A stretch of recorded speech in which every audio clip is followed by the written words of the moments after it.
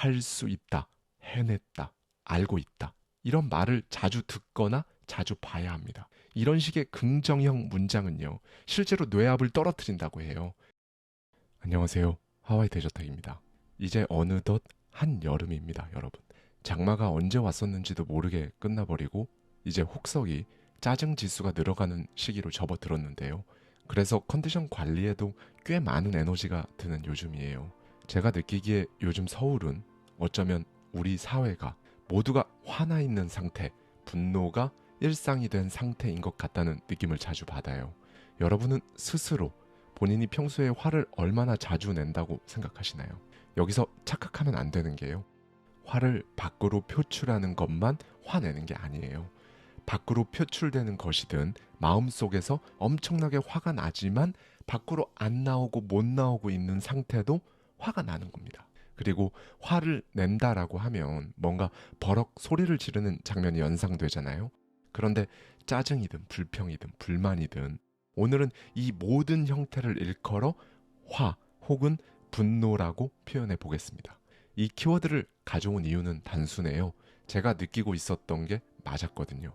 요즘 화가 너무 많아졌다는 이야기를 온라인상에서나 주변으로부터 꽤 많이 듣고요.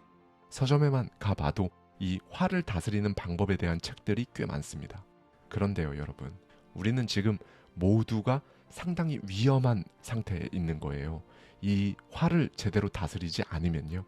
사람은 필연적으로 실수가 많아지고 심지어 뇌 발달에까지 악영향을 줄 수 있다는 충격적인 연구 결과도 있으니까요.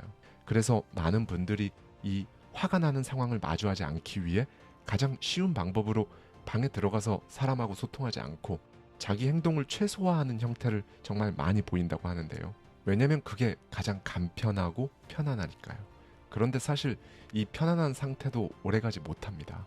어차피 스마트폰이란 게 있는 이상 사회와 주변 사람과 그 모든 것들과 다 연결되어 있는 것이기 때문에 방 안에 혼자 들어가 버리는 게 의미가 없어져 버리는 거죠.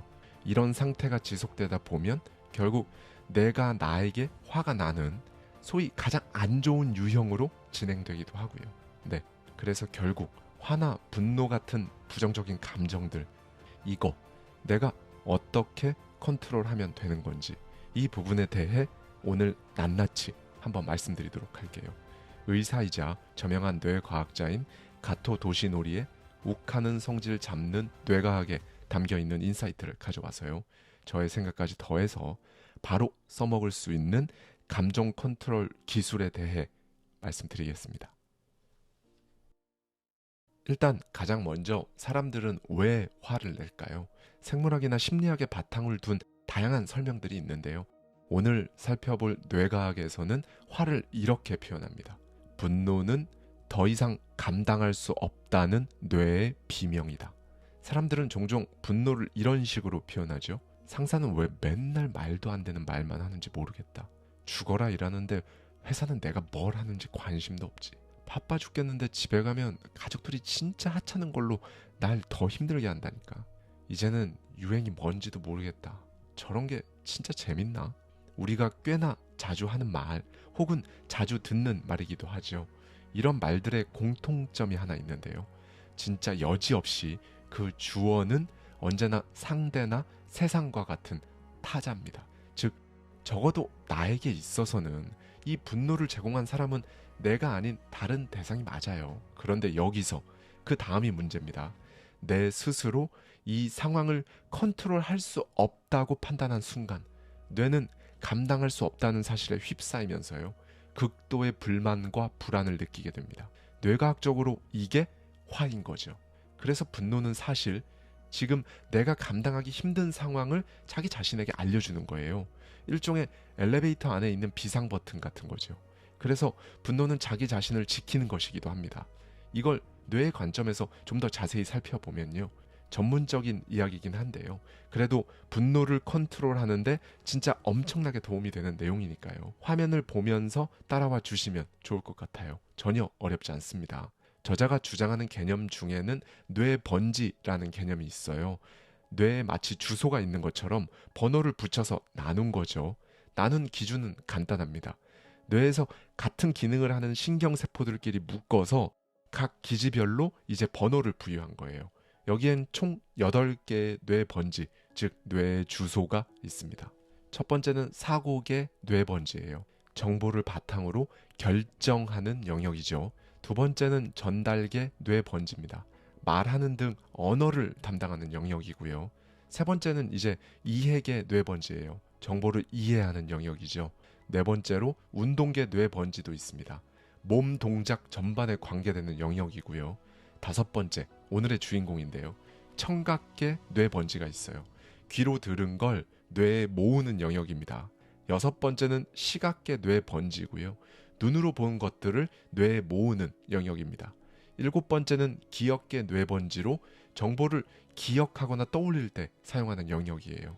이제 마지막으로 감정계 뇌 번지가 있는데요. 바로 여기서 희노애락 같은 감정을 표현하는 거죠. 자, 여기서 우리가 화를 내기 직전 우리 뇌가 어떤 상태냐면요. 바로 이 8개의 뇌 번지 중 1에서 7까지의 각 뇌 번지에서요. 다 감당할 수 없다라고 느끼는 겁니다. 이걸 훨씬 더 이해하기 쉽게 제가 예를 들어서 말씀드리면요. 먼저 결정을 담당하는 사고계 뇌 번지가요. 지금 상황에서 뭘 어떻게 결정해야 할지 모르겠다 라고 백기를 딱 들면요. 이제 언어를 담당하는 전달계 뇌 번지가 뭘 어떻게 말해야 할지 모르겠다. 이렇게 백기를 또 드는 겁니다. 그리고 이해를 담당하는 이해계 뇌 번지도 이게 뭔지 도대체 이해가 하나도 안 돼 라고 백기를 들고요. 이런 식으로 각각의 뇌 번지가 전부 다 백기를 드는 건데요. 그래서 마침내 7개의 뇌 번지가 전부 백기를 들면서 상황이 딱 맞아 떨어지면요. 우리는 그래도 뭔가 좋은 쪽으로 생각하기에는 이제 도가 지나친 스트레스를 받게 되고요. 이러면 이 신호가 바로 8번 감정계 뇌 번지로 향하는 겁니다. 그리고 마침내 분노가 등장하는 거죠. 네, 이렇게 분노는 다시 1, 2, 3번 뇌 번지로 전달돼서요. 바깥쪽으로 분출되는 겁니다. 꾸짖거나 짜증을 내거나 빈정거리고 무시하고 표정이 험해지고 난폭한 행동이 나가기도 하고요. 네, 여기서 중요한 건요. 원래 이 분노를 느끼는 것 자체는 나쁜 게 아니라는 주장이 일반적이었어요. 과부하가 걸린 걸 이런 식으로 해소해 주는 건 어쩌면 적절한 수단일 수도 있다는 거죠. 그래서 그간 분노를 자신을 지키는 일로 생각해 왔는데요. 뇌를 더 연구해 보니까 그게 아니라는 사실이 밝혀졌습니다. 100명이면 100명 전부 다 화를 낼 수밖에 없는 소위 정말 화를 내야 하는 상황은 제외하고요. 습관적으로 짜증을 내고 언제 어디서든 불평 불만을 아무렇지 않게 표출하고 기본적으로 좋은 쪽으로 생각하는 사람이 아닌 분노에 기반해서 살아가는 것 같은 사람, 이런 분들은 뇌가 상당히 위험한 상태인 겁니다. 저자는 말해요. 화를 내는 게 편할수록 뇌는 실수를 한다. 여기서 말하는 실수는 뭐 컵을 떨어뜨린다거나 쉬운 문제를 틀린다거나 이런 실수가 아니고요. 온라인 게시판이나 SNS 같은 곳에서 상대를 비난하는 글을 갑자기 막 써내리거나 참지 못해 헤어지고 절교하고 갑자기 쓸데없이 돈을 쓰는 것 같지요.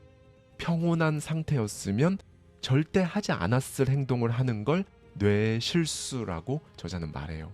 습관적으로 분노하고 짜증을 내는 사람들은요. 실제 머리로 쏠리는 혈액의 양이 필요 이상으로 늘어나는데요. 여기에 에너지 소비가 극심하다는 거죠. 그래서 다른 것들에 주의를 기울이는 능력이 확연히 떨어지고요. 그래서 평온할 때보다 판단 능력도 떨어지는 겁니다. 이렇게 판단 능력 자체가 떨어지는 시간은요. 분노를 감지한 이후 무려 30분에서 1시간 동안 지속된다고 해요.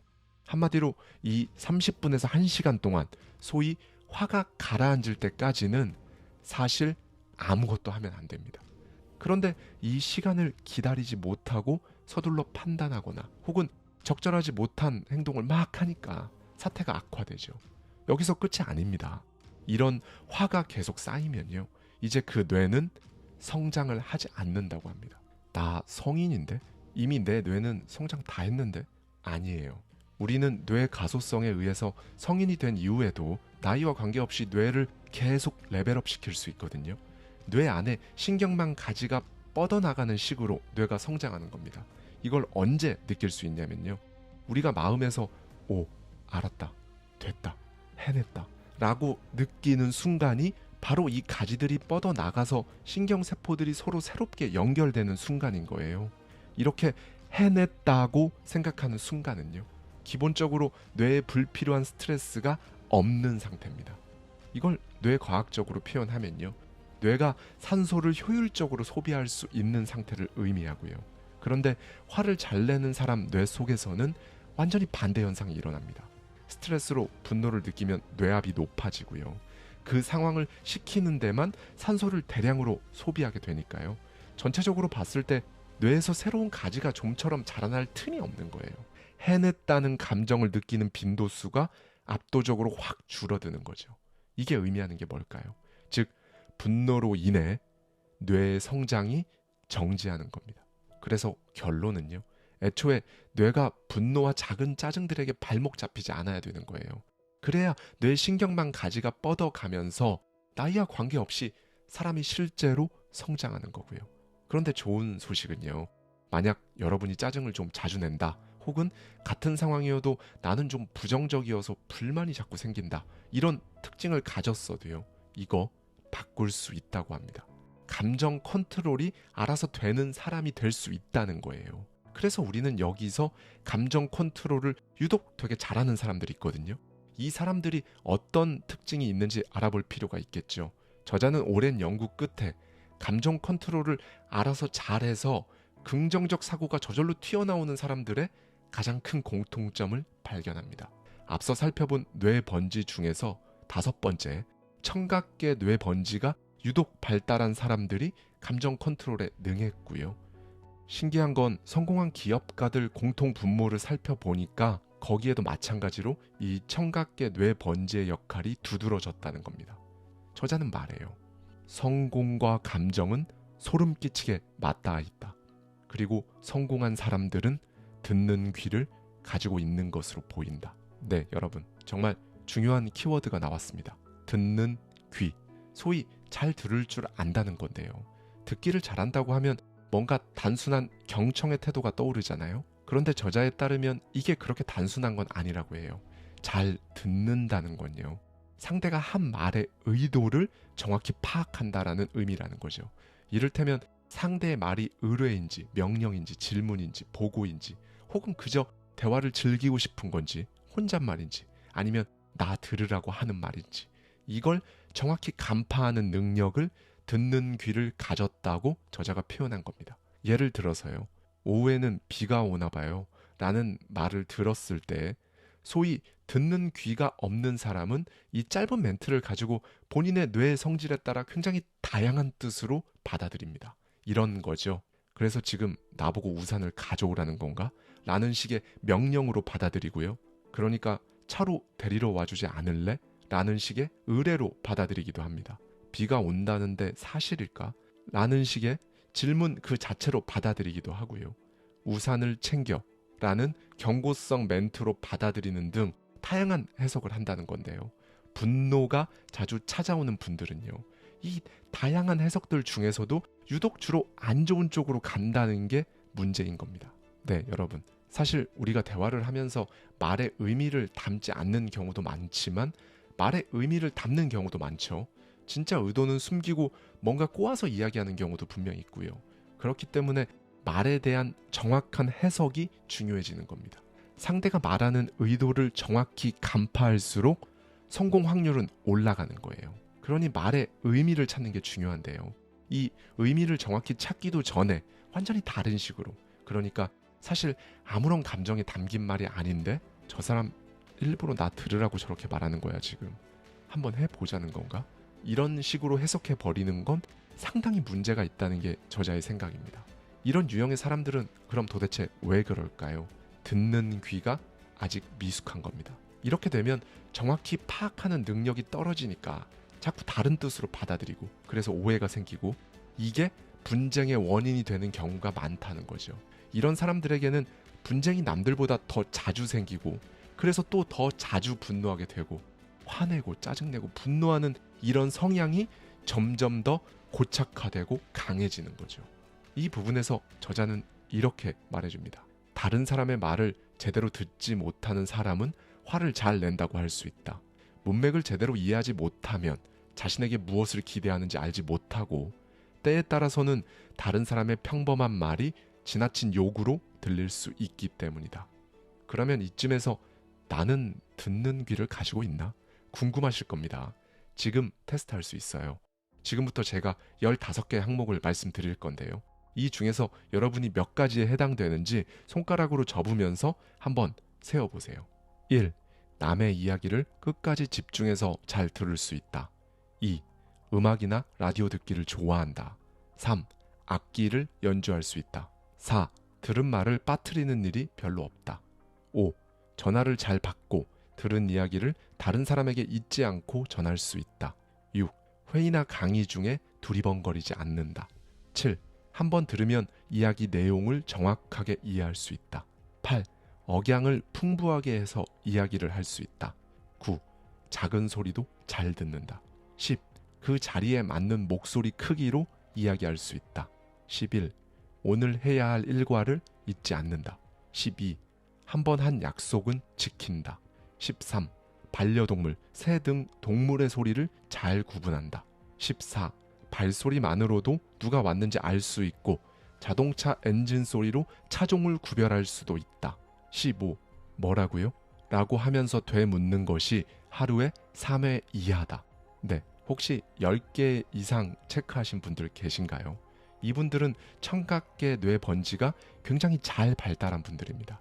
이런 사람은 소위 자기만의 유니크한 해석과 판단으로 다른 사람 의도를 오염시키지도 않고요. 상대가 말하고자 하는 뜻을 정확하게 들을 수 있는 사람인 거죠. 만약 체크 항목이 9개 이하다. 이런 경우는 듣는 귀가 아직 미숙한 경우인데요. 저자는 이때 이런 솔루션을 줍니다. 회의나 통화, 강의 혹은 사람과 대화를 할 때 정확하게 받아 적는 연습을 하루 10분 이상만 하면 이 부분은 빠르게 향상되면서 어느새 듣는 귀를 틔울 수 있다. 네, 회의나 중요한 전화를 받을 때 혹은 강의 내용, 상대의 말을 받아 적는 이 연습만 꾸준히 해도요. 다른 사람과 트러블이 줄어들면서 화내지 않는 사람이 될 수 있다는 거예요. 저자는 여기서 또 재밌는 이야기를 해주는데요. 남들이 보기에 학벌도 좋고 직장도 좋아서 굉장히 똑똑해 보이는 사람도 화를 잘 내는 사람일 수 있다. 특히 자신의 생각을 말로 잘 정리해서 전달할 수 있는 언어에 능한 사람은 자신의 생각이나 지식을 우선하는 경향이 있는데 이런 사람이 듣는 귀를 발달시키지 않으면 상대의 말꼬리에 민감하게 반응해서 화를 내거나 촌철살인의 화법으로 말을 하거나 자기 주장만 하거나 다른 의견에 바로 반론하는 등 공격적으로 살아갈 수 있다. 그러다 뇌압, 스트레스에 못 이겨 출근을 못하거나 모든 걸 내려놓는 등 불상사가 발생하는 경우가 많다. 네, 그러니까 논리적이고 똑똑한 것과 듣는 귀는 별개의 문제라는 겁니다. 아울러 저자는 이 분노에 대한 우리의 편견을 깨는 이야기도 해주는데요. 저자의 말을 들어보시죠. 사람은 수준이 같은 상대에게 자기 의견을 강요하고 싶어져 종종 분쟁을 일으킨다. 아이에게 왜 이런 쉬운 문제도 모르니 하는 것, 부하나 동료를 향해서 왜 이런 단순한 일도 하지 못하냐고 타박을 하는 일이 종종 있다. 이런 말은 언뜻 들으면 상대를 무시하거나 업신여기는 것 같지만 완전히 반대다. 그러니까 말하는 사람은 상대를 같은 수준 혹은 나보다도 더 나은 수준으로 여기고 너 충분히 할 수 있잖아. 이 직장에 들어온 너라면 충분히 할 수 있다는 말을 분노로 포장해서 표출하고 있는 것이다. 즉, 분노는 자신과 수준이 동등할 것으로 인식하는 상대에게만 터뜨린다. 나와 같다고 생각할 때 무의식적으로 상대에게 기대하고 자각 없이 화를 내는 것이다. 네, 연구 결과에 따르면요. 상대를 진짜로 무시하면 분노를 보이지 않는다고 해요. 그럴 만한 가치가 없다고 판단한다는 거죠. 네, 여러분 어떤 생각이 드셨나요? 어찌되었든 우리는 되도록 화를 잘 안 내는 방향으로 가는 게 맞습니다. 뇌압이 계속 오르면 실수가 많아지고 뇌는 더 성장하지 않으니까요. 더는 좋아질 일 없는 뇌를 지닌 상태로 실수로 도배가 된 현재를 거치고 나면 미래는 어떻게 펼쳐질까요? 굳이 제가 말씀드리지 않아도 그 결과는 너무 뻔히 보입니다. 그렇죠? 여러분, 그럼에도 불구하고요. 여러분이 만약 분노가 치밀어 올라서 욱하는 자신을 발견했다면요. 이 세 가지만 기억해 보세요. 계속하지 않는다, 결정하지 않는다, 진행하지 않는다. 30분에서 1시간가량 뇌압이 낮아질 때까지는요, 이 세 가지 않는다를 지키는 거예요. 저자에 따르면 이것만 지켜도 사실 대부분의 문제를 피할 수 있다고 합니다. 이제 마지막으로 가장 중요한 게 남았습니다. 할 수 있다, 해냈다, 알고 있다. 이런 말을 자주 듣거나 자주 봐야 합니다. 이런 식의 긍정형 문장은요, 실제로 뇌압을 떨어뜨린다고 해요. 괜찮다, 나는 잘 대처할 수 있다, 해결법을 안다 라고 자신에게 속으로 계속 말을 거는 겁니다. 아니면 그런 글을 읽거나 듣는 것만으로도요, 뇌는 알아서 뇌압을 조절해서요, 불안하고 불필요한 방향으로 생각의 가지가 뻗지 않는다는 거죠. 여기서 하나 더 아셔야 할 건요, 푸념, 욕설, 부정적인 멘트를 듣는 것 자체만으로도 사람은 뇌압이 올라간다고 해요. 그래서 주변 사람이 그렇게도 중요한 겁니다. 네, 여러분, 아침이라는 단어를 들으면 어떤 감정이 가장 먼저 떠오르시나요? 긍정적인가요? 아니면 부정적인가요? 사실 굉장히 많은 사람들에게 이 아침은요, 사실 별다른 걸 하지도 않는데 일어난다는 것 자체가 짜증이거나 스트레스일 때가 많거든요. 이럴 땐 어떻게 하면 되냐면요, 나는 잘할 수 있다. 이 한 문장을 소리내서 자기 자신에게 들려주는 거라고 합니다. 오늘 하루 하찮고 소소하며 쉬운 이 방법 하나가 여러분의 하루에 어떤 영향을 주는지 실제로 한번 확인해 볼 수 있는 하루가 되시길 바라며 오늘 영상 마치겠습니다. 여러분, 오늘 이야기는 정말 중요합니다. 변한다는 게 왜 그렇게 어려운지, 그 전에 인생이 도대체 뭐가 어떻게 변한다는 건지, 변한다는 그 본질이 진짜 뭔지 제대로 파고들 겁니다. 오늘 하루로는 부족해서 3부작으로 준비를 했어요. 사람들이 흔히 사람 절대 안 바뀐다, 사람 인생 안 바뀐다 하는 데는 이유가 있습니다. 오늘 제가 드릴 메시지는요, 어딘가 모르게 계속 제자리를 맴도는 것 같은 분들, 그런데 분명히 이상은 높고 바라는 게 있는 분들, 진짜 항상 진심으로 더 나은 삶을 원하지만 뜻대로 되지 않고 투자, 사업, 영업, 다이어트든 공부든 그게 뭐든 작정한 대로 잘 안 따라주는 분들이 정말 매일 들으시면 여러분이 생각하시는 것보다 훨씬 도움이 되실 거예요. 저에게 정말 큰 깨달음을 준 저의 인생 책 중 한 권인데요, 조 디스펜자 박사의 꿈을 이룬 사람들의 뇌에 담긴 인사이트에 저의 생각까지 더해서 바로 시작해 보겠습니다. 먼저 저자의 시선으로 풀어갑니다. 이별은 어렵다. 여기 중독의 예가 하나 있다. 많은 사람들이 자신의 애인과 잘 맞지 않는다는 것을 이성적으로 알고 있으면서도 다시 그 사람에게 돌아간다. 헤어지는 게 왜 이토록 힘든 것일까? 사귀는 과정에서 두 사람은 신경 전달 물질과 뇌하수체에서 분비되는 단백질인 펩티드를 생산하는 신경망을 활성화한다. 이 신경망은 그들이 무엇을 경험하든 특정한 방식으로 느끼게 한다. 그리고 이러한 느낌은 두 사람 각자의 개성과 자아를 재확인시켜준다. 가령 이런 것이다. 그래, 맞아, 원래 나는 이런 사람이었지. 이 사람을 사귀어 보니 나를 알겠다. 이런 두 사람이 헤어질 결심을 하면 어떨까?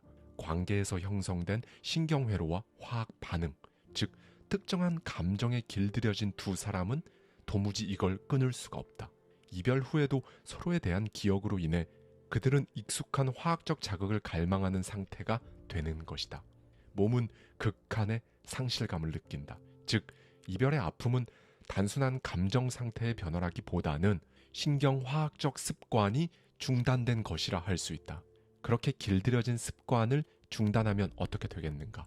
굉장히 불편하다. 그러니 감정적 중독이라는 화학적 반응을 생각해 보아 커플들이 헤어졌다 다시 만나기를 반복하는 것은 사실 어떻게 보면 오히려 당연한 일인 것이다. 자, 여기 나쁜 이성에게만 끌린다고 고통을 호소하는 한 여성이 있다. 그녀는 이번에도 또 다시 나쁜 남자와 만나게 되어 힘든 시간을 보내고 있다. 그녀는 이번엔 아니라고 극구 부인하지만 언제나 나쁜 사람들을 정말 잘 찾아낸다. 그간의 관계들을 통해 형성된 신경망이 그녀에게 그대로 남아있기 때문이다. 형편없는 행동을 일삼는 애인들보다도 더 큰 문제는 따로 있다. 그녀가 변하지 않는 신경망을 가진 채로 살아갈 가능성이 더 큰 문제다. 그녀는 자신의 삶에서 자신을 희생자로 만들어주는 사람들에게 의존하도록 신경화학적으로 짜여져 있었다. 그녀는 그녀 자신을 희생자로 만드는 부류의 사람들을 자신의 삶으로 끌어들인다. 그리고 그들은 언제나 그녀가 중독되어 있는 화학물질을 일으켜주는 방식으로 행동한다. 이를테면 절망감이란 화학물질에 알게 모르게 중독된 그녀가 이 관계에서 절망감을 느끼도록 끌고 가는 것이다. 이런 상태가 그녀에겐 익숙하고 편안하다. 자, 여기서 중요한 이야기를 해보자. 이런 현상이 지속되면 우리는 익숙하고 일상적으로 예측 가능한 일만 갈구하게 된다. 우리는 언제나 익숙한 신경망을 자극하는 현실에 반복적으로 노출되는 것이다. 그런데 이 신경망이 나를 파괴하는 방향으로 짜여져 있다면 어떨까? 결과는 끔찍하다. 네, 사람들은 대부분 신경망이 서로 얼마나 비슷한지 서로 탐색해서 인간관계를 맺습니다. 그래서 여러분이 느끼기에 뭔가 항상 같은 종류의 관계를 반복하는 느낌을 받죠. 어떤 사람과 헤어지게 되더라도 그 관계가 만들어낸 어떤 느낌이 계속 남아서 그 사람의 부재가 만들어내는 공허함 속에 그동안 길들여진 화학 물질을 생산하게 해줄 다른 후보자를 또 막 찾는 거죠. 재밌는 건 이렇게 이미 만들어진 신경망은 비단 이 사랑의 영역에서뿐만 아니라 정말 다양한 면면에서 여러분의 상태를 과거와 최대한 비슷한 그 느낌으로 끌고 간다는 거죠. 우리가 특정한 방식으로 생각하는 것을 멈추고 싶다고 결심한다면 어떤 일이 벌어질까? 마침내 당신이 하루라도 창피함이나 분노, 혐오나 두려움을 느끼지 않기로 결정하면 무슨 일이 벌어질까? 이러한 결정은 다이어트를 하기로 결심하건 담배나 술을 끊기로 결심하는 것과 똑같다. 특정 감정을 느끼는 것을 그만두기로 결심하는 것도 그만큼의 의지와 노력이 필요하다는 것이다. 습관적으로 마시던 모닝커피 없이 스스로 잠에서 깨려는 것과 비슷하다. 그렇게 되면 몸은 이제 뇌에 이렇게 불만을 토로할 것이다. 이제 부정적인 화학물질을 얻지 못한다고? 이거 누구 생각이야?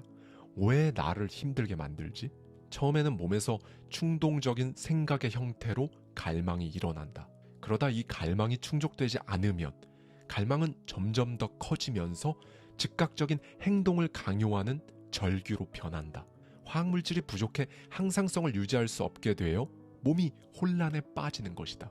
우리 몸은 이미 부정적인 것에 적응했기에 그것을 다시 조정하고 싶어 하지 않는다.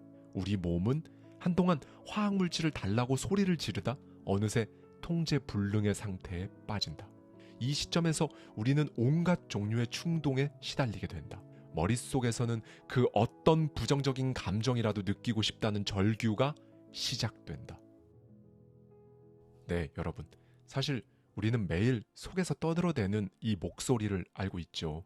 어떻게 보면 그게 좋은 것이든 안 좋은 것이든 어쨌든 우리는 이걸 마치 내 안의 안내자가 들려주는 복음인 것처럼 듣고 행동합니다. 그런데 여기 엄청난 오류가 있죠. 이 안내자는 여러분이 원하는 걸 안내해 주는 게 아니거든요. 그냥 자기가 가장 익숙한 걸 이야기를 합니다. 특히 여러분이 만약 이 목소리에 반하는 변화의 한 가운데에 있다면요. 이 목소리가 가장 크게 투덜거릴 겁니다. 여러분을 진짜 집요하고 끝없이 괴롭힐 거예요. 그냥 내일 할까? 다음 달부터 제대로 하면 되지 않나? 정당한 이유가 있는데 지금이 아니라도 다른 때 어쨌든 하면 되는 거 아닌가? 그리고 가장 강력한 말을 던집니다. 지금 하고 있는 이런 생각이랑 행동은 나랑 어울리지가 않아. 내가 무슨... 네, 여러분은 마침내 굴복합니다. 처음으로 돌아가 다시 스스로를 합리화하죠. 원래 나는 이런 사람이니 바뀌지 않는다라고 정확히는 이전의 그 삶을 합리화합니다. 정리하면요. 우리가 듣는 목소리가 몸의 내부 질서를 지켜 라며 요구하는 이 소리에 사람은 거의 대부분 굴복하고 이전으로 돌아가요. 변화라는 불편함과 괴로움을 중단하라는 소리에 무너지는 거죠. 저자는 말합니다. 그래서 변화가 어렵다. 변화라는 건 언제나 당신의 생각과 행동을 전진하게, 나를 위한 새로운 현실을 만드는 방향으로 생각하고 행동하게 만드는 게 아니라 후진하게 만든다. 생각과 행동이 후진한다는 건 예전에 익숙한 신경회로를 계속 활성화한다는 의미다. 만약 오늘부터 당신이 당신 스스로를 나고자라고 여기는 일을 멈추기로 결심했다고 하자. 그렇게 당신은 굳건한 의지로 하루를 살아간다. 하지만 오후에 업무상 운전을 하는 도중 전날 배우자가 당신의 기분을 상하게 하고 당신을 나고자로 깎아내리는 듯한 말을 했던 기억이 떠오른다. 그냥 운전하다 생각이 난 것이다. 그러면서 지난 30년간 일어났던 비슷한 일들이 떠오른다. 이제 당신은 기분이 나빠지기 시작한다. 당신은 자제하려고 하지만 내부의 목소리가 새롭게 결심했던 건 그냥 잊어버리라고 말한다. 너는 결코 변하지 않을 거야. 사람은 원래 안 변해. 그리고 네가 특별히 막 의지가 강하고 그런 사람도 아니잖아. 자, 이제 어떻게 할 것인가? 당신이 이러한 목소리에 반응하는 순간 나고자라는 생각을 강화하는 화학 물질이 분비되고 관련된 엄청난 기억들이 홍수처럼 튀어나올 것이다. 만약 이 목소리에 반응하지 않는다면 당신은 자신에 대해 지금까지와는 완전히 다른 방식으로 생각하는 것 때문에 매우 불편해질 것이다. 네, 만약 여러분에게 오늘따라 유난히 나고자라는 생각을 끌어낼 만한 사건이 많이 발생한다면 어떻게 될까요? 현관에서 넘어지거나 휴가를 내려고 했는데 업무상 큰 사고를 쳐버렸다거나 마트 지하주차장에서 나가다가 스스로 차를 기둥에 긁어버리는 그런 상황들 있죠. 이제 나고자가 될 만한 이유가 더 많아졌네요. 그렇게 몸은 나고자라는 자아를 재확인할 수 있는 생각과 반응을 시작하라고 설득할 겁니다. 이 부분에 대해 조 디스펜자 박사는 이렇게 말합니다. 당신이 여기 반응하면 익숙한 예전의 자신을 부활시키는 꼴이 된다. 그렇게 당신은 나고자라는 느낌을 익숙하고 편안한 것으로 받아들이게 된다. 그렇게 나고자라는 원래 자아로 돌아가는 것이다. 이 모든 일은 사실 무의식적으로 그리고 순식간에 일어난다. 그 다음은 알다시피 우리가 느끼는 대로 생각하는 원래의 순환 고리대로 살아가게 된다. 네, 그래서 사람이 변하는 게 쉽지가 않은 거예요. 또 그래서 대부분 그냥 지금대로 계속 살아가고요. 그런데 주변에 보면 변한 사람들도 굉장히 엄청나게 많거든요. 저도 그렇고요. 저희 구독자님들 중에서도 인생 완전히 바꾸신 분들 많이 계시죠. 여러분들도 결국 사람은 변할 수 있다는 걸 사실 알고 계십니다. 다만 쉽지 않기 때문에 고민이고 어려워하시는 거고요. 어렵지만 변화는 가능합니다. 그래서 제가 3부작으로 오늘부터 이렇게 말씀드리는 거고요. 그러기 위해서는 조금 더 이해가 필요합니다. 진짜로 중요한 이야기를 하겠다. 미래. 과거와 달리 이것은 아직 경험하지 않은 것이기 때문에 당신은 미래에 대한 아무런 느낌도 가지고 있지 않다. 그런데 모든 기억은 사실 감정으로 저장된다. 이 점을 반드시 기억하기를 바란다. 미래와 달리 과거는 바로 그 감정적 요소를 가지고 있다. 미래엔 감정이 없다. 미래는 모험을 한다는 느낌만 있을 뿐 과거의 기억들, 우리 몸이 익숙한 그 느낌들에 비하면 보잘것없다. 미래는 힘이 없다는 소리다. 미래에 대한 설렘과 과거의 느낌이 경쟁하면 대부분 과거의 느낌이 이긴다. 미래에는 과거의 느낌과 대적할 만한 마땅한 무기가 없기 때문이다. 그래서 감정 없는 미래를 맞이하려는 사람의 신경망은 곧 향수병이라는 거대한 적을 마주친다. 그래서 과거를 찾는다. 미래에 대한 설렘이 반짝했더라도 점점 더 희미해진다. 그렇게 다시 익숙한 환경으로 회귀해버리면 몸은 이제 모든 것이 한결 더 낫고 올바르다는 느낌을 선물해준다. 그래서 감정이 없는 미래를 향하기 어려운 것이다. 그래서 변화가 어려운 것이다. 그러니 변하려면 먼저 과거와 관련된 익숙한 기억과 생각, 느낌을 뒤로 해야 한다. 그럼 여기서 사람들을 언제나 뒤로 돌려놓는데 가장 큰 역할을 하는 가장 익숙한 그 감정, 불안과 걱정이라는 것들에 대해 완전히 파헤쳐보자. 내 경험상 불안과 걱정의 시작은 보통 심한 감정적 압박을 받은 어떤 사건에 의해 시작되는 경우가 많다. 그 사건에 대한 기억을 가지고 있는 사람은 그 경험을 반복적으로 생각하면서 앞으로 비슷한 일이 또 일어날지도 모른다고 생각하게 된다. 그런 식으로 과거의 사건을 회상하면 뇌는 적당한 화학 물질을 만들기 시작한다. 이러한 생각이 교감신경계를 작동시키면 곧바로 불안과 미래에 대한 두려움이 엄습한다. 자신의 생각이 불안과 두려움을 위한 화학 물질을 만들어낸다. 스트레스가 아닌 스트레스에 대한 자신의 생각이 스트레스 반응을 일으키는 것이다. 미래에는 감정이 없기 때문에 그 미래를 매일 걱정으로 채워 넣는다면 몸은 당신의 불안한 마음을 유지시키는 일련의 생각들을 활성화하게 된다. 되뇌 심피질 깊숙한 곳에 고정되어 있는 특정한 신경망들이 다양한 걱정거리들과 관련된 사고 과정을 지원하며 활성화하는 것이다. 이러한 생각들은 특정한 패턴의 시냅스를 활성화할 것이고 몸은 이 심란한 생각들과 관련된 화학 물질들을 만들어낸다. 처음에는 생각이 시동을 걸었고 이제는 몸속으로 방출된 불안의 화학 물질들이 당신을 더더욱 심란하게 느끼게 한다. 그렇게 당신의 몸이 어떤 걸 느끼고 있는지 딱 인식하게 되면 당신은 입으로 내뱉을 것이다. 나 걱정돼. 우리는 생각하는 그대로 느끼고 우리가 느끼는 그대로 생각하게 된다. 뇌는 지금 감지되는 것이 걱정의 느낌인지 알아보기 위해 이미 존재하는 걱정의 신경망을 활성화한다. 그렇게 뇌에서는 더 많은 화학물질을 만들어 우리 몸이 느끼고 있는 것을 한층 강화한다. 한마디로 뇌는 우리가 느끼고 있는 것을 확인하기 위해 과거의 생각을 활성화하고 활성화된 그 생각은 다시 우리의 느낌을 강화하는 것이다. 자, 어떠한가? 당신의 과거의 기억은 이제 실제가 되었다. 당신이 그걸 느낄 수 있다면 그건 진짜다. 그렇지 않은가? 말하자면 또 다른 불안, 걱정, 나고자란 감정을 일으키도록 몸을 계속 훈련시키고 있는 셈이다. 두려움은 더 많은 걱정을 낳고 걱정은 더 많은 불안을 낳고 불안은 우리를 더 걱정하게 만든다. 그 이유는 간단하다. 일단 불안 상태가 되면 걱정의 신경망을 활성화하기 위해 몸과 뇌에 일종의 순환고리가 형성되기 때문이다. 이러한 과정이 계속 반복되는 것이다.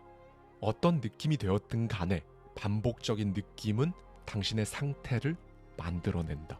그것은 행복이나 슬픔, 혼란, 외로움, 자신감 없음, 기쁨, 우울일 수도 있다. 이러한 느낌들이 당신의 행동 방식과 신념, 편견, 의견, 심지어 인지 능력까지 결정한다. 느낌이 생각을 조종하는 것이다. 어쨌든 어떤 상태가 되었다는 것은 뇌와 몸의 순환고리가 완성되었음을 의미한다. 순환고리가 끊임없이 돌아가면서 뇌와 몸의 화학적 상태를 확인할 때 우리는 항상성을 갖는다고 표현한다. 우리는 과거의 기억에 의해 형성된 신경 패턴을 반복적으로 활성화함으로써 이러한 신경화학적 상태를 유지하게 될 것이다. 이러한 화학적 지속성은 사람마다 모두 다르다. 누구는 매사 불안하고 두렵고 부정적이며 누구는 매사 단순하고 누구는 매사 긍정적이다. 사람마다 느낌이 다 다르다. 중요한 건 그 느낌이 계속 강화된다는 것, 즉 불안은 불안을 키운다. 그렇다면 당신이 불안 대신에 차분함과 감사, 기쁨을 느낀다면 어떤 일이 일어나겠는가? 당신을 못난 사람으로 만들었던 바로 그 순환고리가 오히려 당신을 도와주는 순환고리로 완전히 바뀔 수는 없을까? 네, 여러분. 제가 먼저 답을 말씀드리겠습니다. 당연히 바꿀 수 있어요. 여러분이 오늘 하루, 내일 모레 반복해서 마주치는 사람, 장소, 사물, 시간, 사건 이런 것들이 다 여러분에게 특정 정체성을 갖도록 만들거든요. 이 모든 요소들과의 연관성 속에서 여러분은 이제 특정한 신경 구조를 갖게 되는 거고요. 이런 것들이 바로 여러분이 나라는 사람이 어떤 사람이구나 이걸 확인시켜주는 겁니다. 그래서 변하는 게 어려운 건데요. 그런데 이 변화라는 건요. 반복적인 자극을 통해 그동안 유지해온 신경화학적 회로 이걸 끊어내는 거 그게 변화입니다. 만약 이를 닦거나 샤워를 할 때 행동의 순서를 바꿔보라고 한다면 그럴 수 없을지도 모른다. 하게 되더라도 꽤 불편함을 느끼게 될 것이다. 그동안 자주 먹던 초콜릿을 끊으라면 그렇게 할 수 있겠는가? 할 수 있을 것이다. 다만 꽤 불편할 뿐이다. 지난 15년간 반복적으로 당신의 자존감에 타격을 주었던 누군가와의 관계를 끊을 수 있겠는가? 그것을 하기 위해 어떤 노력이 필요할까? 자신이 가치 없다는 느낌에 길들여져 왔다면 아니라고 생각하겠지만 사실 당신의 저 깊숙한 정체성은 계속 그렇게 느끼기를 원할 것이다. 자기 비하에 대한 신경화학적 습관을 가지고 있기 때문이다. 의지를 가지고 어떤 감정적 상태를 변화시킬 때도 마찬가지다. 사실 이건 초콜릿을 끊는 것보다, 누군가와의 관계를 끊는 것보다 훨씬 어렵다. 그런데 잘 들어라. 당신의 마음을 진짜로 바꾸고 싶다면, 더 이상 익숙한 것에 얽매이는 것을 원치 않는다면 결국 그것을 해내야 한다. 해결책은 간단하다. 불편함을 감수하면 된다. 변화는 불편하다. 다시 한번 말하지만 변화는 불편하다. 그동안 내 연구와 경험을 돌아보며 변화의 한가운데 있는 사람들에게서 나타나는 공통점은 그들이 뭔가 뿌듯하거나 그런 느낌을 느끼는 게 아니라 불편함을 느낀다는 것이었다. 당신의 변화에 대해 기억해야 할 한 가지를 꼽는다면 변화란 자아, 몸, 이 둘을 완전한 혼란으로 몰아넣는다는 것을 의미한다. 당신의 자아가 자신을 정의해주던 느낌을 더 이상 가질 수 없기 때문이다. 늘 반복하던 어떤 생각과 느낌, 반응을 멈추면 이로 인한 화학물질 생산이 중단되어 우리 몸의 항상성이 깨진다. 그래서 만약 당신이 생각을 바꿈으로써 당신 체내의 질서가 변하면 당신은 더 이상 당신 스스로를 예전의 자신과 똑같은 존재로 느낄 수가 없게 된다. 진짜로 변한 사람들을 만나보면 그들이 지녔던 그들의 과거는 이 사람과 동일 인물이 아닌 듯한 느낌이다. 그들 스스로도 과거의 자신을 동일 인물이라 생각하지 않는다. 당신을 한번 돌아보라. 예전의 당신과 계속 똑같은 존재라는 생각이 드는가? 혹은 완전히 변했나? 당신이 당신 스스로를 반복적인 생각, 행동, 반응이라는 상자에 가두고 있었다면 그건 단지 마음의 틀이다. 언제까지 당신을 환경에 대해 반응만 하는 종속물로 둘 것인가? 자, 이 시점에서 당신의 의지와 자기 통제는 힘을 발휘해야 한다. 당신은 자신에 대한 통제력을 가질 필요가 있다. 할 수 있을까? 할 수 있다. 즉각적인 편안함에 안주할 것인가? 아니면 불편하지만 자신의 더 큰 비전을 위해 의지를 굳건히 할 것인가? 어떠한 경우든 자신을 통제한다는 것은 의식이 몸에 대한 통제권을 되찾는 것이다. 운명의 판세가 뒤바뀐다는 말이다. 자, 여기 깊숙한 계곡에 살고 있는 당신이 있다. 당신은 평생 거기 살았고 수목 한계선 위로 올라간 적이 없다. 매일 똑같은 사람에게 둘러싸여 산 당신에게 어느 날 누군가 숲에서 내려와 산 정상을 넘어가면 한 번도 못 본 광활한 대지가 펼쳐져 있다는 사실을 알려준다. 거기선 더 멀리 내다볼 수 있을 뿐 아니라 다른 도시와 마을로도 갈 수 있다고 덧붙인다. 다음날 당신은 산을 넘어보기로 결심한다. 며칠 동안 출발하기 전 채비를 한다. 그렇게 당신은 집 주변의 풀밭을 지나 익숙했던 주변 환경을 돌아본다. 당신과 당신 부모가 평생 고쳐온 담장이 보인다. 변화를 경험하는 것은 친숙한 환경과 기억을 떠나는 것과 같다. 그렇게 당신은 산을 오르기 시작한 순간부터 무엇을 만날지 알 수 없다. 눈 때문에 미끄러울 수도, 사나운 짐승이 있을 수도 있다. 위험과 추위, 습기를 느끼며 반쯤 올랐을 땐 이것이 현명한 선택이었는지 도무지 확신이 서지 않는다. 혼자라는 사실을 절감한다. 자, 이 느낌이 바로 안정감을 느끼고 익숙했던 안전지대를 벗어났다는 걸 의미한다. 이런 느낌이 든다면 당신은 지금 성공으로 가고 있는 것이다. 감정이 나쁜 게 아니다. 감정은 모든 경험의 최종 결과물이기 때문이다. 하지만 매일 같은 감정만 느낀다면 당신은 새로운 경험을 하고 있지 않다는 것을 의미한다. 즉 당신은 과거를 무한 재생하며 영원히 과거 속에서 살아간다는 것이다. 아직 선택하지 않았을 뿐 새로운 감정을 만들어내는 경험은 분명히 존재한다. 당신은 생존과 관련된 익숙한 느낌이 아닌 다른 감정을 가져본 적 있는가? 더 나은 삶, 더 많은 경험, 가치와 같은 다소 추상적인 감정들 말이다. 우리는 짧지만 감사와 자기애, 환희, 자유, 경외감 같은 좀 더 고양된 순간을 경험한다. 당신이 부정적인 생각과 느낌으로 화학물질을 생산할 수 있다면 정확히 반대로 똑같이 긍정적인 생각과 느낌을 만드는 화학물질 역시 의도적으로 생산할 수 있다는 걸 의미한다. 실제로 당신은 사랑에 빠져 마음의 기쁨이 넘치는 것을 느낀 적이 있을 것이다. 그리고 사랑의 감정에 고무되어 다른 사람들에게 너그럽게 대했던 적도 있을 것이다. 그러면 감사함을 느끼게 되고 자기 비하 없이 스스로 표현하는 자유를 누릴 수 있게 된다.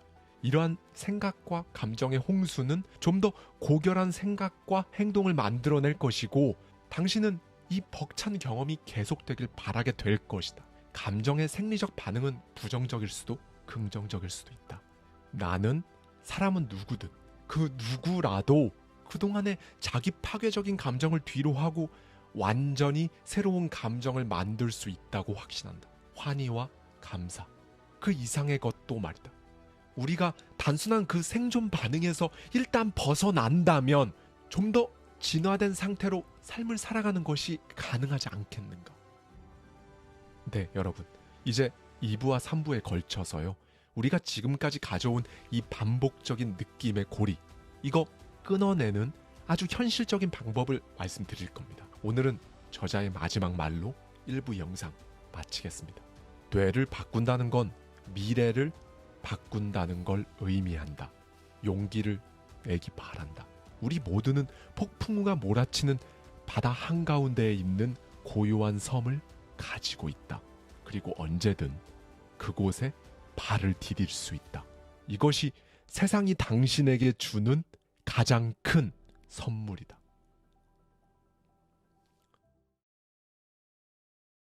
25세를 넘겨 전두엽이 성숙한 당신은 마음껏 당신이 바라는 현실을 창조할 수 있다는 걸 뜻한다.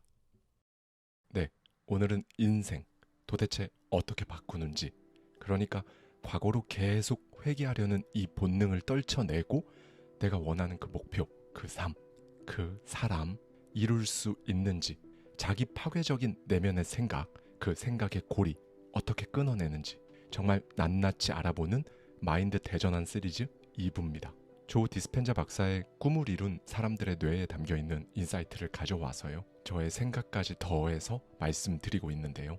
반복적인 생각과 느낌, 그 느낌에서 이어지는 나는 안 돼 라는 이 생각의 순환 고리, 계속 끌어들이는 과거의 기억 때문에 망가지는 느낌을 끊어버리길 원한다면 무조건 거쳐야 할 관문이 하나 있습니다. 바로 전두엽을 제대로 쓸 줄 알아야 한다는 건데요. 사실 이런 말을 딱 들으면 와닿지가 않죠. 전두엽을 쓰는 게 무슨 헬스장 가서 할 수 있는 운동도 아니고 막연하잖아요. 그런데 오늘 말씀드릴 내용을 몇 번 반복해서 듣다 보면요. 이게 생각보다 어렵지 않게 된다는 걸 분명히 체감하실 수 있으실 거예요. 일단 이 전두엽이라는 부위가 어떻게 인간을 변화시키는 근원으로 이렇게 딱 등장하게 된 건지, 그 기적적인 등장부터 알아야 할 필요가 있습니다. 자, 여기 버몬트라는 철도 회사에서 일했던 게이지라는 사람이 있어요. 그는 매우 뛰어난 기술과 성품을 지닌 사람이에요. 26의 나이에 위험한 폭파 작업에 대한 기술과 리더십을 다 인정받아서 직장에서 자신만의 팀을 이끌고 있으니까요. 그럼에도 변수란 늘 존재하죠. 게이지처럼 능력 있고 오차 같은 건 전혀 없을 것 같던 사람도 한눈을 파는 그 찰나의 순간을 맞이합니다. 그날도 여느 날처럼 쇠 막대기로 구멍에 화약을 넣고 다지는 작업을 하고 있었는데요. 갑작스러운 점화가 일어났고 다이너마이트가 너무 일찍 터져버리게 됩니다. 네, 약 1m 길이의 쇠 막대기가 그의 왼쪽 광대뼈 밑에서부터 머리 위까지 관통하면서 그는 100m 이상을 날아갔습니다. 아침에 듣기에 약간 적나라한 묘사이긴 한데요. 이렇게 직접적으로 표현을 한다는 그 이유가 있어요. 이렇게나 크게 다쳤잖아요. 쇠 막대기가 머리를 관통했음에도 그는 살았습니다. 심지어 진료를 받으면서 사고에 대한 몇 가지 질문에 대답까지 할 정도였다고 하는데요. 이 말은 의식이 완전히 살아있는 상태였다는 거죠. 그럼에도 의사들은 그가 살 수 있을 거라고 믿지 않았다고 합니다. 그런데 정말 놀랍게도 그는 별다른 합병증도 없이 나았다고 하죠. 쇠 막대기가 뇌를 관통했음에도 운동이나 언어 기능에 전혀 지장이 없었고요. 사람들은 그를 행운아라고 불렀습니다. 대신에 그는 그 당시만 해도 별로 중요하지 않은 것으로 여겨졌던 전두엽을 다쳤다고 해요. 자, 이 사람은 이후 어떻게 되었을까요? 운동 기능, 언어 기능 같이 소위 살아가는 데 지장을 주는 부위는 모두 괜찮으니 건강하게 잘 살 수 있었을까요? 정직하고 예의 바르고 자기 자신을 잘 통제했던 이 사람 게이지는 사고 이후에 완전히 통제가 불가능한 악인으로 변합니다. 그야말로 예측할 수 없는 사람이 되어버렸다고 하는데요. 행동하기 전에 숙고하던 모습이 완전히 사라진 겁니다. 결국 그렇게나 촉망받던 젊은 인재는 직장에서도 해고되었는데요. 해고 사유는 능력 때문이 아니라 성격 때문이었다고 합니다. 바로 이 사건이 있고 20년이 지난 1868년 할로우 박사라는 연구자 한 명이 마침내 놀라운 사실을 발견하는데요. 바로 이 전두엽이 사람의 성격, 그러니까 우리가 인생 바꾸고 싶어하는 바로 그 본질과 맞닿아 있다는 사실을 알게 된 겁니다. 의학계는 이때부터 전두엽에 엄청난 관심을 쏟아요. 극단적인 성격 변화를 경험한 환자들을 대상으로 연구를 하기 시작하죠. 그 결과 엄청난 패턴이 발견됩니다. 전두엽에 손상을 입은 사람들의 대부분이 원래 자신의 직업을 유지하기 굉장히 힘들어했고 주변에 무관심했으며 냉담했고 사회 부적응자처럼 굴기 시작한 겁니다. 특히 가장 중요한 건요. 이 사람들의 공통점이 계획을 세워도 이걸 실행으로 옮기지를 못한다는 거였습니다.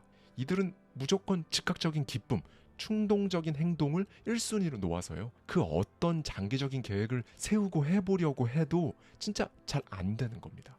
이때 시기가 19세기니까 당연히 뇌 스캔 장치 같은 건 없었겠죠. 그래서 사후 부검을 통해 알아낼 수밖에 없었는데요. 이렇게 생전에 결국 계획을 실행으로 옮기지 못했던 사람들의 뇌를 부검해본 결과 이들은 모두 전전두피질에 심각한 손상을 입은 것으로 발견됩니다.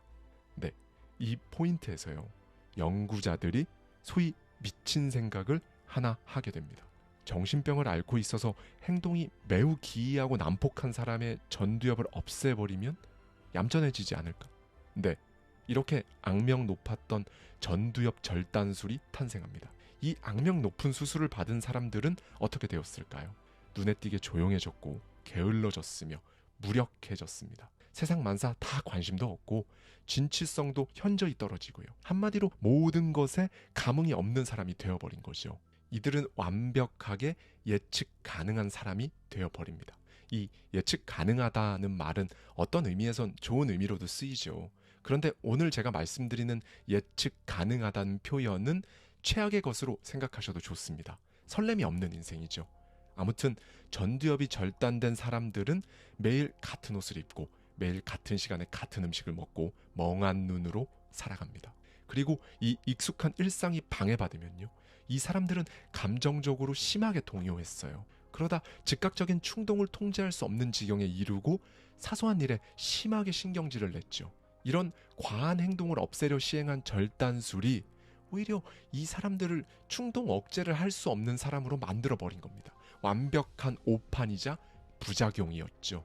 네, 이 연구자들은 이 끔찍한 전두엽 절단술의 부작용을 통해 역설적으로 전두엽이란 게 사람이 소위 사람답게 살기 위해 얼마나 중요한지 그 필요성을 제대로 알아냈습니다.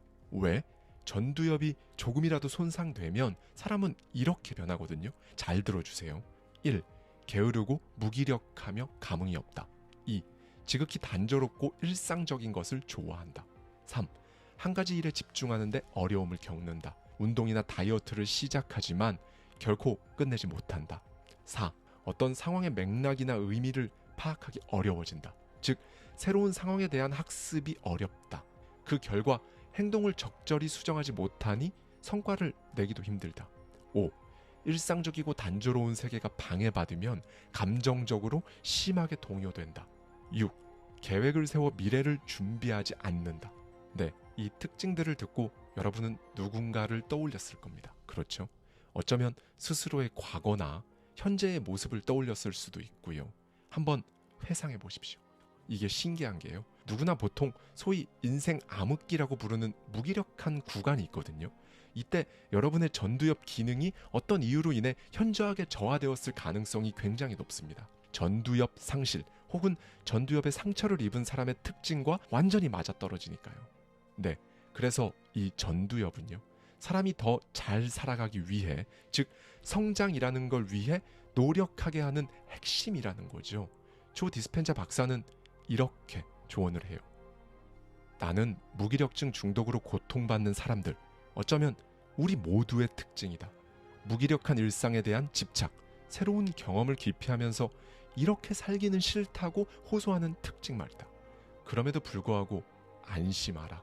이렇게 살기 싫다, 바꾸고 싶다 말하는 것 자체가 축복이다.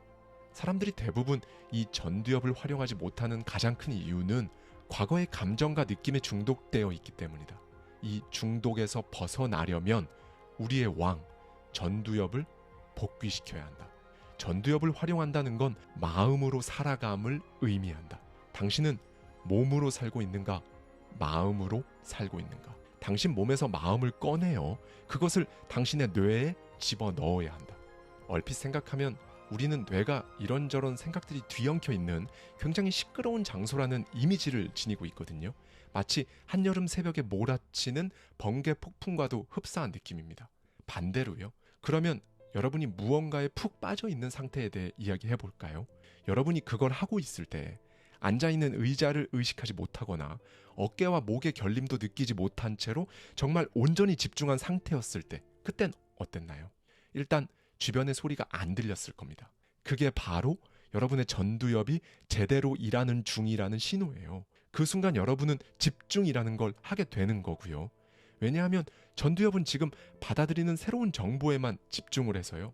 전두엽의 혈류량을 올리고 다른 부위 잡음은 꺼버립니다. 그리고 무엇보다 중요한 게 하나 있어요.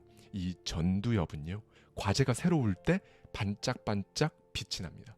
즉 새로운 걸 처음 시작할 땐 전두엽이 반짝이다가 그 활동에 익숙해질수록 전두엽이 필요 없어져요. 과제가 익숙할수록 전두엽을 활용할 기회가 적어집니다. 새로운 정보를 새기기 시작하면 전두엽은 뇌의 다른 부위로 들어오는 자극을 줄여 당신이 외부 자극에 방해받지 않도록 만들어 놓은 다음 전두엽 스스로 이제 미친 듯이 일한다. 이게 바로 집중인 것이다. 이 활동은 전두엽에 굉장히 좋다. 그렇게 일단 전두엽이 새로운 과제를 배우고 그것에 익숙해지면 되뇌피질의 다른 부분에서 그걸 기록해서 이제 익숙한 정보로 암호화한다. 그래서 한두 번 해본 일을 또 하는 것은 점점 더 쉬워지며 이때는 전두엽에 필요한 혈액의 양도 줄어든다. 이런 면에서 전두엽은 이기적이다. 새로운 것을 배우고 그것에 집중하는 것을 좋아해서 처음엔 그 재미에 푹 빠져들지만 새로움과 놀라움이 사라지는 즉시 다른 부위로 넘겨버리는 것이다. 마치 우리가 사는 사회에서 CEO의 역할과 비슷하다. 다시 한번 말하겠다. 전두엽은 당신이 집중하는 것에 더 집중할 수 있도록 몰두시키느라 다른 것들의 셔터를 내린다. 여기서 중요한 이야기를 하자. 전두엽이란 녀석은 거대한 오케스트라의 지휘자다. 고차원적인 일은 오직 전두엽만이 할 수 있다. 지휘자인 전두엽은 마침내 뇌의 다른 부위의 배열과 패턴을 작동시킴으로써 완전히 새로운 마음 상태를 만들 수도 있다. 오직 전두엽만이 새로운 것을 받아들여 당신이 기존에 지니고 있던 자기 파괴적인 신경망을 약하게 만들 수 있다는 말이다. 그렇다면 지금 당신에게 익숙한 그것은 도대체 무엇인가? 혹시 걱정거리만 가득하진 않은가? 당신이 매일 생각하고 느끼는 것이 똑같은 것으로 반복되면 굳어져서 당신이라는 사람을 움직이는 운영체제가 되어버린다. 그러니 전두엽을 활용해 완전히 새로운 당신이 갖고 싶은 신경망을 창조하면 그간 당신을 괴롭혔던 다른 신경망을 진정시킬 수 있다. 소위 성격이 변했다, 분위기가 변했다, 인생이 변했다라는 말은 인간이란 존재가 어디에 관심을 얼마나 기울일지 자기가 선택할 수 있는 특권을 가진 존재라는 걸 깨우친 사람만이 입 밖에 꺼낼 수 있는 표현인 것이다. 네, 여러분. 옛날부터 중재자들은 머리에 월계관을 썼거든요.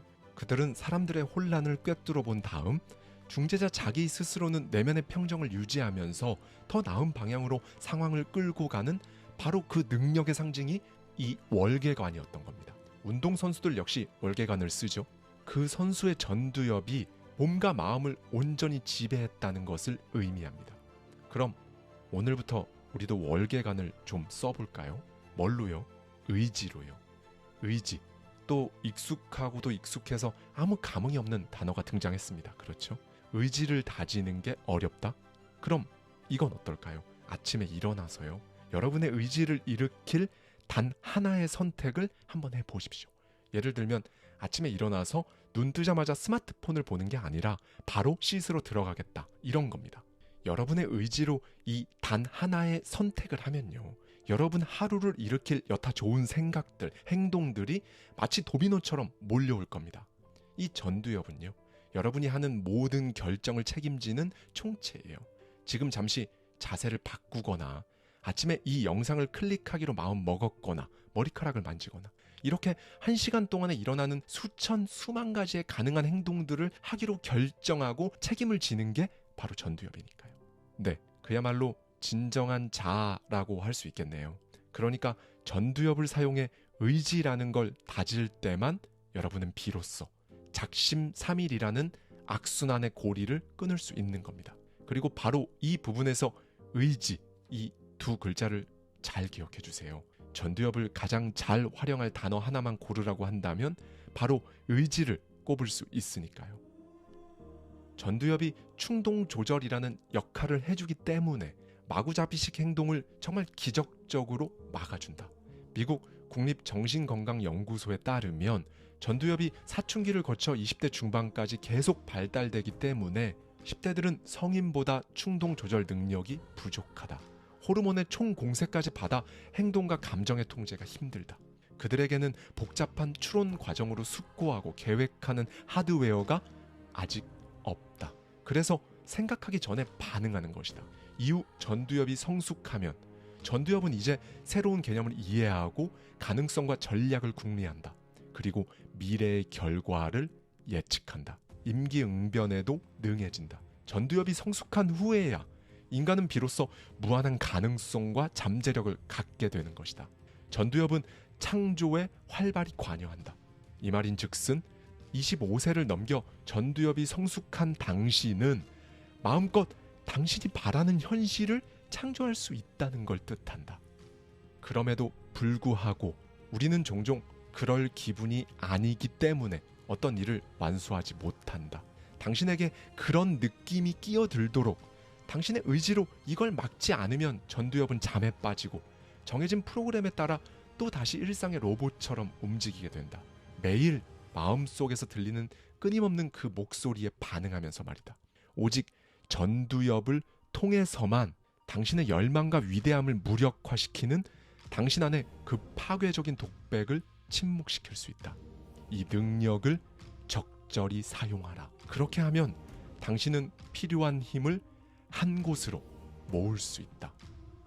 네, 여러분. 현재 상황이 어떻든 그런 거 상관없이 어떤 일을 딱 결심할 때, 그러니까 의지를 낼 때 비로소 전두엽에서는 가장 위대한 일이 일어납니다. 여러분, 이 의지와 전두엽의 조합은요, 생각을 실제로 만들어내는 유일한 조합이에요. 기억을 한번 더듬어 볼까요? 지금까지 살아오면서 정말 단 한 가지 목적을 위해 여러분의 모든 의지와 에너지를 총동원해 본 적 있으신가요? 살면서 이런 순간을 한 번은 경험해 볼 가치가 있지 않을까요? 마라톤 선수들이 종종 이런 말을 하죠. 다리로 뛰는 게 아니라 의지로 뛴다. 마지막 그 결승선을 얼마 남겨놓지 않은 지점에 가면 발톱은 떨어져 나갈 거가, 다리는 후들거리는 등 몸 전체가 마비된 것 같은 증상이 와도 사람은요, 아니 뇌는요, 그 결승선을 지나겠다는 의지를 온몸에 전달할 수 있습니다. 그렇게 결승선에 다다르죠. 우리가 위인들이라고 부르는 사람들에게서 본받아야 할 건요, 사실 그들이 이룬 업적이 아니라 의지의 힘이 아닐까요? 이들에게 의지라는 건요, 몸의 상태, 환경, 조건, 심지어 시간보다 중요한 것이었을 겁니다.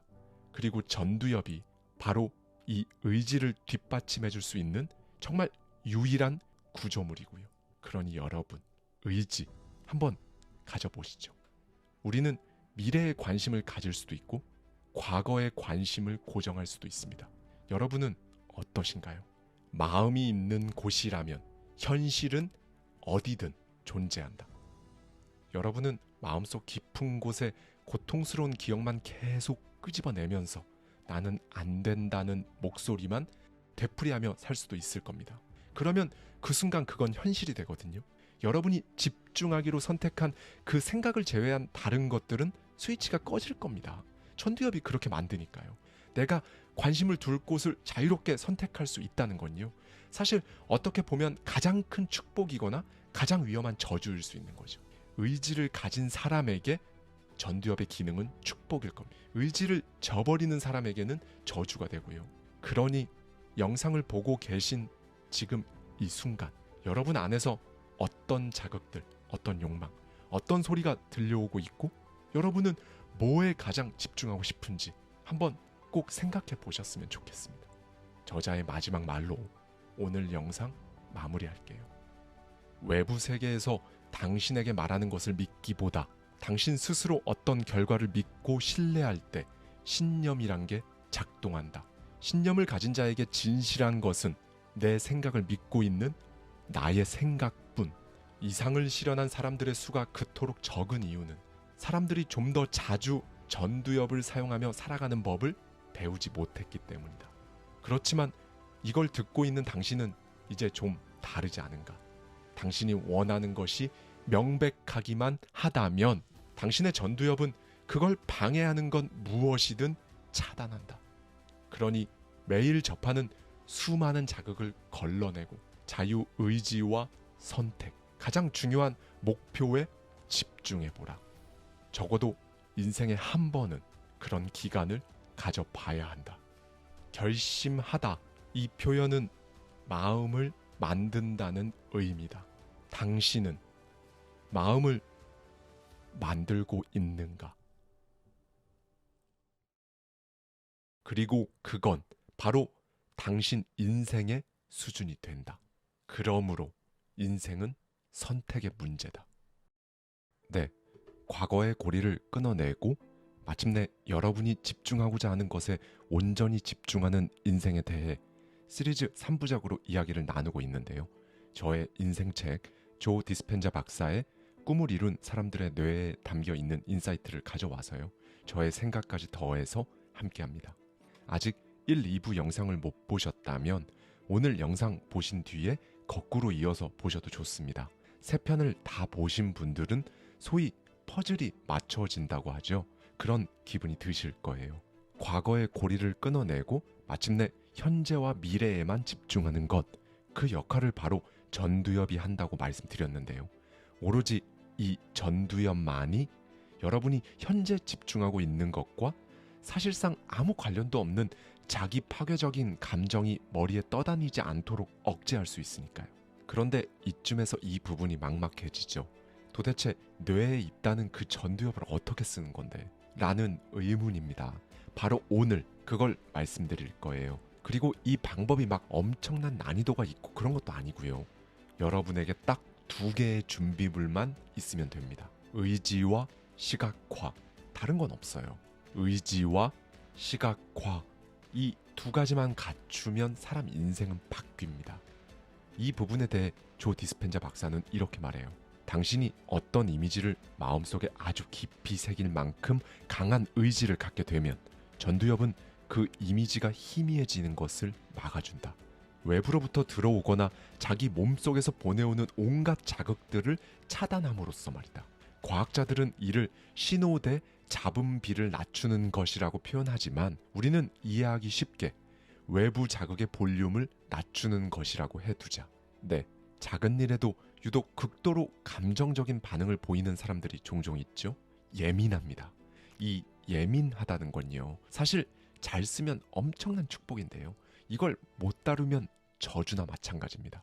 감정적 반응을 잘 컨트롤 못하는 사람들은요, 몸이 자기한테 보내는 각종 신호가 너무 크고 집요하니까 이 사람들 전두엽은 한 곳에 집중하기 어려워합니다. 온갖 화학 물질들이 몸과 뇌에서 미친 듯이 날뛰니까요. 이런 몸의 요구를 일단 들어줘야 하니까 전두엽을 일단 잠재우고 대신에 자율신경계가 통제권을 딱 갖는 겁니다. 이 상태는 어떤 상태일까요? 바로 오로지 생존과 본능에만 지배된 상태라고 저자는 말해요. 가령 이런 거죠. 배고파. 언제 먹을까? 졸려. 언제 잘까? 목말라. 물은 어딨지? 심심하다. 누구 만날까? 이런 수준의 질문만 끊임없이 되풀이하면서 어느 한 곳에 무아지경이 되어 시간을 잊어버리는 그런 경험을 할 생각도 못한 채 끊임없이 본능적인 질문만 던지는 겁니다. 이 부분에서 저자는 이렇게 말해줍니다. 전두엽은 당신이 집중하는 그 의식적인 생각을 매우 중요한 것으로 만들어주는 것과 동시에 다른 것은 아무것도 존재하지 않게 만들 수 있다. 이걸 쓰느냐 쓰지 않느냐는 그냥 당신의 자유의지다. 이걸 사용하기 위해서는 당신이 생각하는 삶의 목적, 바로 그 이미지를 떠올린 다음 고정하고 유지하는 데 집중하는 것이다. 처음엔 쉽지 않겠지만 계속 하다 보면 어느 순간 마치 외부 세계가 사라진 것처럼 느껴질 것이다. 제가 말하는 시각화의 핵심도 이겁니다.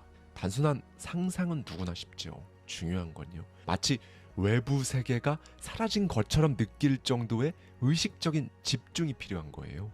그렇게 되면 역설적으로 세계가 사라집니다. 이게 무슨 말일까요? 운전을 하면서 중요한 어떤 것에 대해 생각할 때 외부 세계를 의식하지 않고도 사람은 약 60km 정도의 거리를 운전할 수 있다. 이건 전두엽이 다른 뇌 부위를 침묵시킴으로써 당신 안에 있는 내부 이미지가 실제 외부 세계보다 훨씬 더 현실적으로 느껴지게 만들어주기 때문이다. 이렇게 되면 뇌는 말 그대로 시간과 환경을 인식하지 못하게 된다. 그리고 뇌는 자신의 몸까지 인식하지 못해서 당신이 마치 더 이상 몸속에 있지 않은 것처럼 느끼게 만든다. 따라서 당신은 몸이나 외부 세계의 시간으로부터 분리될 뿐만 아니라 역사를 지닌 한 사람의 영역을 떠나게 된다. 일종의 무의 존재가 되는 것이다.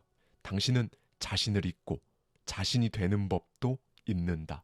대신 당신이 지금 하고 있는 생각 그 자체가 된다. 세계는 사라지고 무아지경에 이른다.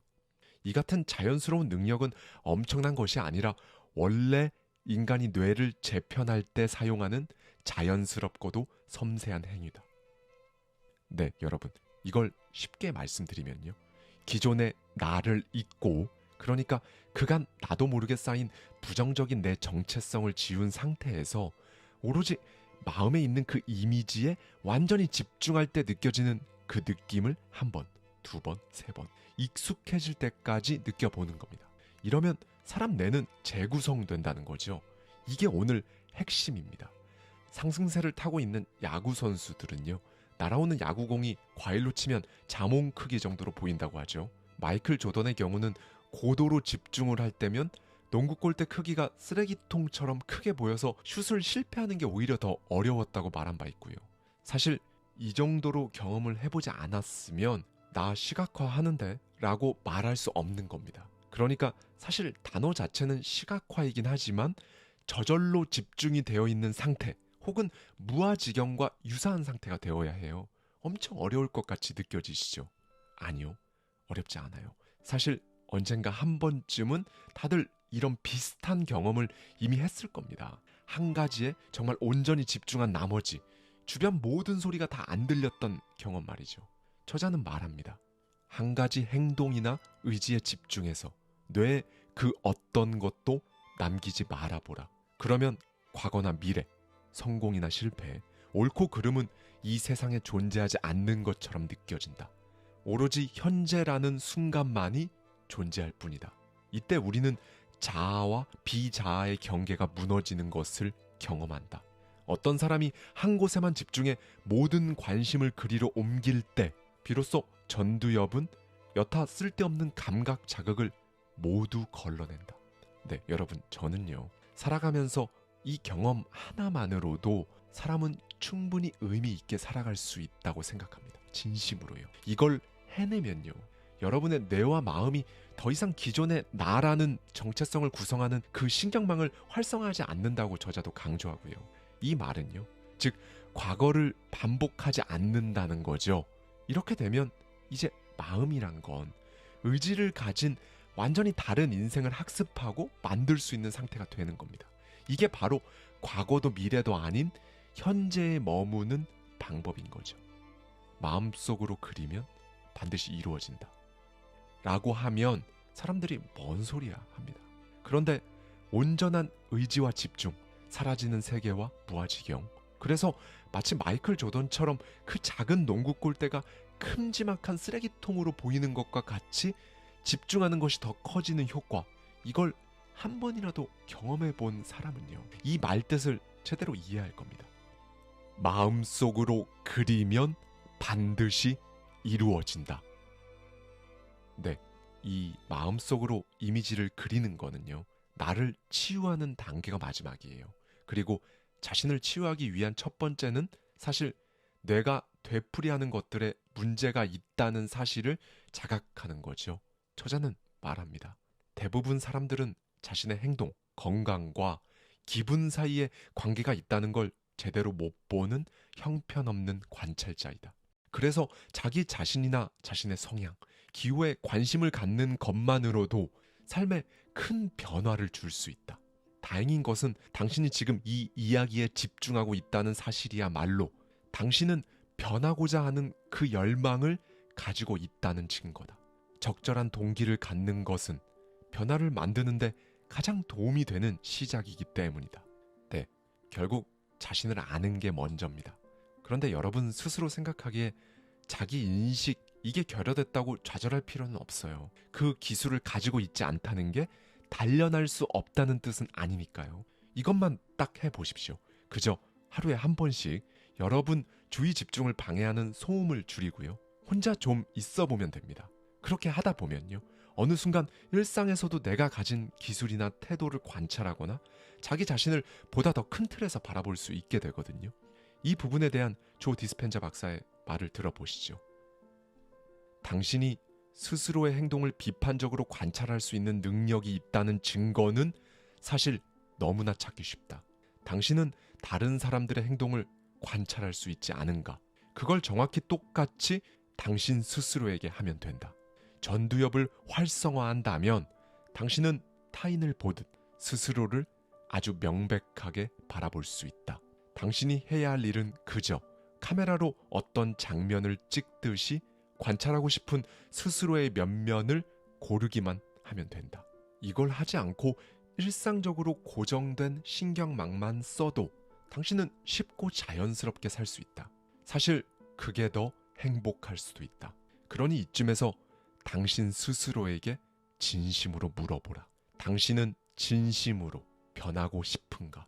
내가 나를 관찰했을 때 스스로 지금 인생에 진짜로 만족하고 있는가?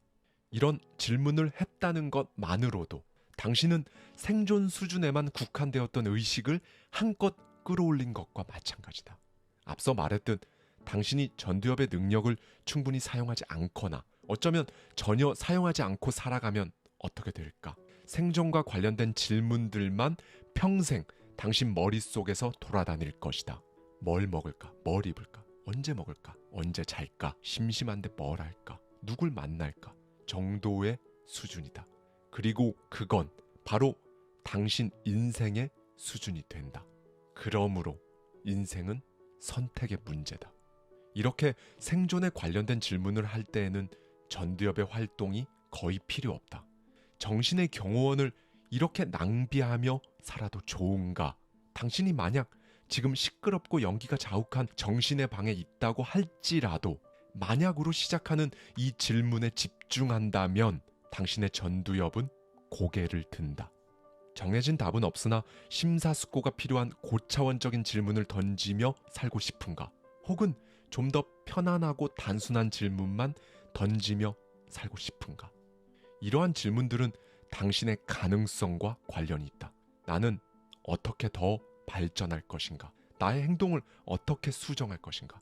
나를 어떻게 바꿀 것인가? 무엇을 해야 삶이 더 즐겁게 변할 것인가?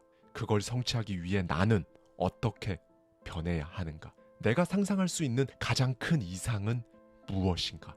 나는 무엇에 집중하고 싶은가? 내가 원하는 것은 진짜로 무엇인가? 네, 이제 마지막으로 실제로 할 수 있는 방법에 대해 말씀드리고 이번 3부작 영상 마치고자 하는데요. 기술적인 부분이죠. 예를 들어 시각화를 30분 동안 해본다고 가정해 볼게요. 그럼 대부분의 사람들은 이렇게 생각합니다. 어떻게 아무것도 안 하고 자기가 완전히 다른 사람이 되는 걸 생각만 하면서 30분을 버티지? 라고 말이죠. 잘 들어주세요. 이 시각화를 제대로 하면요. 그게 5분처럼 느껴지는 경험을 합니다.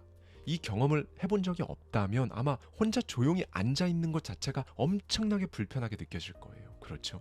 그런데 분명히 불편하지만, 아니 솔직히 말씀드리면요, 30분 불편하다고 정말 그 이유 딱 하나로 살면서 이 경험 자체를 해볼 생각 자체를 하지 않고 살아가는 게 저는 자기 인생에 대한 직무유기라고 생각합니다. 불편하지만 정말 필요한 순간이에요. 많은 사람이 너무 힘들고 지쳐서 잠시라도 고요와 평화의 순간을 가졌으면 좋겠다고 말한다. 하지만 그들이 동경하는 고요와 평화는 대부분 아무 생각 없이 즐기는 유희에 그 자리를 내주곤 한다. 그들에게는 내가 제안하는 온 마음으로 하는 전환이 필요하다. 바로 시각화 말이다. 명상할 때 비로소 사색이 시작된다. 사색이 좋은 이유는 절대적인 것이나 옳고 그름, 흑과 백, 예와 아니오 같은 원색적이고 이원적인 대답이 아닌 열려있는 가능성을 가지고 있기 때문이다. 우리의 교육체계는 호기심을 억압한다. 부모가 되면 아이들이 던지는 왜라는 질문에 대답해주는 것만으로도 매우 힘들어한다. 이건 왜 그럴까? 우리는 늘 정해져 있는 답을 빨리 대답하는 것에만 주력했기에 이런 불상사가 생긴 것이다. 그런데 이런 왜라는 질문은 매우 중요하다.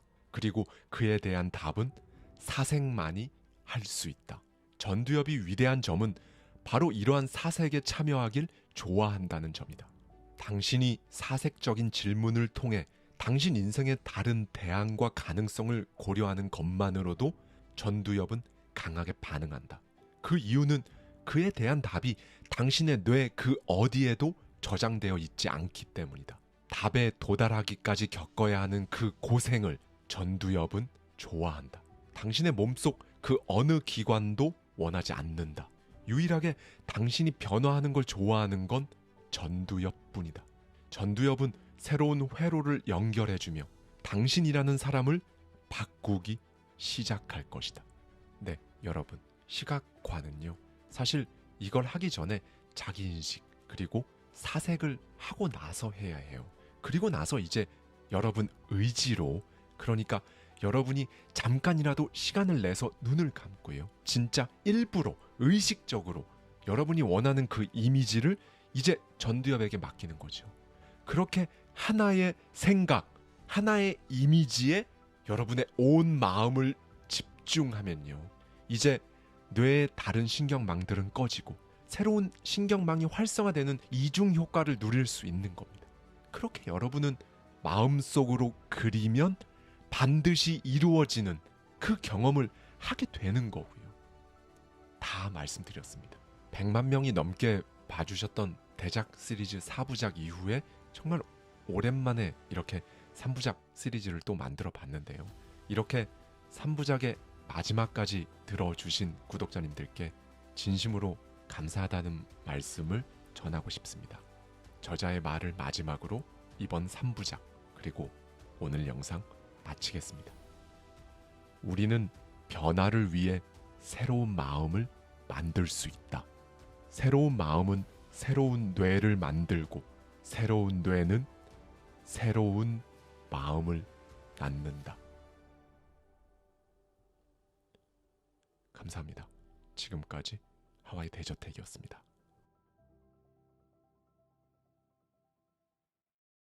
저와 함께 매달 한 권씩 책 속에 담긴 격렬한 통찰을 통해 한 단계 더 성장하고자 하는 분들은 아래 고정되어 있는 댓글을 참고해 주세요.